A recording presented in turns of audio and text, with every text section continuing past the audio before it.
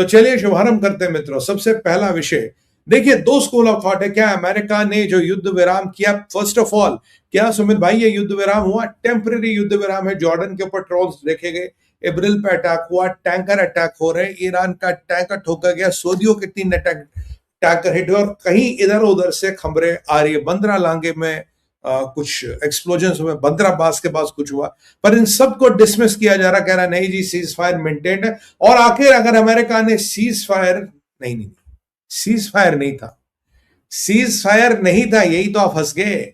Cease fire नहीं था sir. जो अमेरिका 14 दिन से बॉम्बिंग कर रहा था उसको रोका क्यों गया? अगर 14 दिन की बॉम्बिंग को रोकना सीज फायर है तो मैं आपको मालूं ये सीज फायर की डेफिनेशन गलत है, ये कोई सीज फायर नहीं है। 14 दिन की बॉम्बिंग फिलहाल रोक ली गई है अमेरिका द्वारा। क्यों? कारण क्या है? इसके पीछे के कारक क्या है? एक इंपॉर्टेंट चीज जो अमेरिकन ने बोला कि ब्रैड कूपर ने ट्रंप को, ब्रैड कूपर जो सेंटकॉम हेड है, इन्होंने ट्रंप को कन्विंस किया, बोला सर हमारे मिलिट्री ऑब्जेक्टिव्स अचीव हो गए हैं और इसके अलावा अगर हम बॉम्बिंग करेंगे तो हमारी रिटर्न ऑफ इन्वेस्टमेंट ज्यादा नहीं है। मतलब कि $1 मिलियन का मिसाइल गिराएंगे नीचे झोपड़ा, तो झोपड़े में $1 मिलियन का मिसाइल गिरा के क्या मिलेगा? तो ईरान की हालत खराब हो गई। जो हमारे मिलिट्री ऑब्जेक्ट्स थे, सॉफ्टनिंग ऑफ एयर डिफेंसेस इत्यादि, वो सारे मेट हो गए। So we don't need to go on a overdrive of bombing, ये ब्रैड कूपर ने कहा था। बट क्या ये सच है? क्या कहानी कुछ या कुछ कहानी और है? अमेरिका ने अपना जो ये पीस मील जॉब था इसको रोकने का कोई कारण नहीं है, जबकि ट्रंप बोल रहे थे विल टेक ईरान पीस पे पीस। तो अगर ये ट्रंप कह रहे थे तो फिर ब्रैड कूपर ने ये क्यों कहा कि हमारे मिलिट्री ऑब्जेक्टिव्स अचीव हो गए? 3 स्कूल ऑफ थॉट है जो सबसे पहले मैं आपसे डिस्कस करना चाहूंगा। सबसे पहले है has America run out of ammunitions. Ammunitions में मेरा मतलब विशेषकर है interceptors. Has America run out of interceptors? क्योंकि ऐसा माना जाता है कि इंटरसेप्टर्स की किल्लत है, इंटरसेप्टर्स कम हो गए, क्योंकि आप हर बार एक मिसाइल चलाओगे, ड्रोन चलाओगे तो आपको इंटरसेप्टर चाहिए। अब मार्को रूबियो कह रहे थे कि भाई हम तो एक विशेष तरह के इंटरसेप्टर, एक फैक्ट्री 6 बनाती है साल में। तो मान लीजिए आपके पास 1000 इंटरसेप्टर थे, already come to maybe 400-600, so you have decided to stop it कि भाई इट्स नॉट वर्थ इट। और मैंने आपको कहा था कि अमेरिकन काफी मिसाइल्स को छोड़ देते हैं और काफी मिसाइल्स को इधर उधर, घास का मैदान हो, डेजर्ट हो, wherever, they let them go and hit. Even जो 5th फ्लीट का हेडक्वार्टर है जो अमेरिका ने खाली किया, ईरान को बड़ा फैंसी है कि वो 5th फ्लीट के हेडक्वार्टर को अटैक करे और वहां मिसाइलें भेजे, और इन मिसाइलों को भी जानबूझ के जाने दिया जाता है so that they hit and hit nothing. But Iran को यह कहने को जरूर मिलता है हाँ हमने 5th फ्लीट का हेडक्वार्टर बहरीन में स्टक किया, वहां मतलब चिड़िया का बच्चा नहीं रहता, आप जाके स्टक कर लो, क्या फर्क पड़ता है? तो पर एक जो डिस्कशन पॉइंट था कि क्या ऐसे हुआ था। अगर मैं आपको बोलूं कि 5th फ्लीट के हेडक्वार्टर पे काफी मिसाइलें जाने देगी, अगर मैं आपको बोलूं काफी अमेरिकन बेसिस जिनको खाली किया गया वहां मिसाइलें जाने दी, अगर मैं आपको बोलूं काफी ऐसे टारगेट्स जिनको टारगेट करना था, they were late to be done because they were considered to be low value target. Sir मेरी कॉफी आ गई, आपका बहुत बहुत धन्यवाद, ये आ गई है। और अगर ये सारी चीजें हुई तो हुआ क्या? lot of missiles were let go and hit the targets. One, Iran gets a prize, false pride कि हमने हिट किया। दूसरा, you were trying to save interceptors. अब इंटरसेप्टर बचाने का लॉजिक है आपका स्टॉक प्लीट खत्म हो रहा है।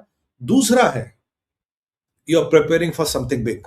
देखिए जब आपको बड़े जंग की तैयारी करनी है आपको इधर उधर के खर्चे कटेल करने। क्यों? जब आप बड़ा जंग करोगे, जो ट्रंप की एक्सपर्ट से मीटिंग हुई थी, उनके एडवाइजर से मीटिंग हुई थी, उन्होंने कहा था आप बड़े जंग की तैयारी करोगे, अगर आप न्यूक्लियर हिट करोगे, Iran will retaliate with all it's might. और ईरान के रिटेलिएशन में एक हमेशा पॉइंट आपको बजट करना पड़ेगा, वह इजराइल। बिकॉज ईरान में एक विचार है, एक धारणा है कि अगर हम पूरी ताकत हफ्ता 2 हफ्ता इजराइल पे लगा दे, can we piers Israel?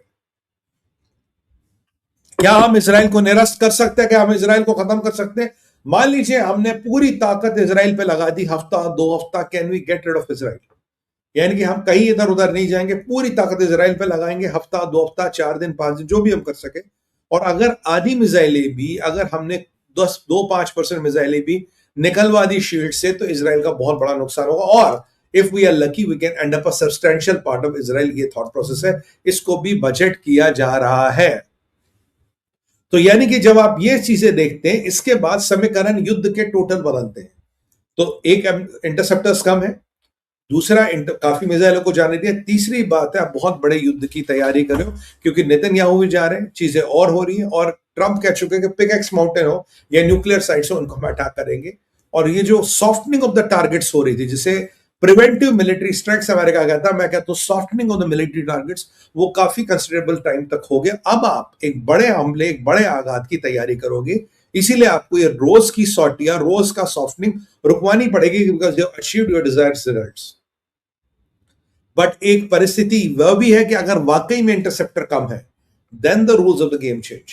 But अगर मैं देखता हूं कि जितने पैरामेडिक्स इन्होंने मिडल ईस्ट लाए, जितने हथियार इन्होंने मिडल ईस्ट लाए, मैं ये नहीं मानता कि इनके पास इंटरसेप्टर कम है। इनके पास इंटरसेप्टर परिपूर्ण मात्रा में है, और अब नई टेक्नोलॉजी भी आई है। जब अमेरिका के यूनाइटेड नेशंस के एम्बेसडर से यही सवाल पूछा गया, वो कह रहे नहीं नहीं, उन्होंने ये तो जरूर कहा कि हम इंटरसेप्टरों को जाया नहीं करने देना चाहते, बट उन्होंने कहा कुछ नई टेक्नोलॉजीज भी आ गई, कुछ नई चीजें भी आ गई है। तो सवाल ट्रंप से पूछा गया, क्या has America run out of ammunition, क्या आपके पास एम्युनिशन नहीं है?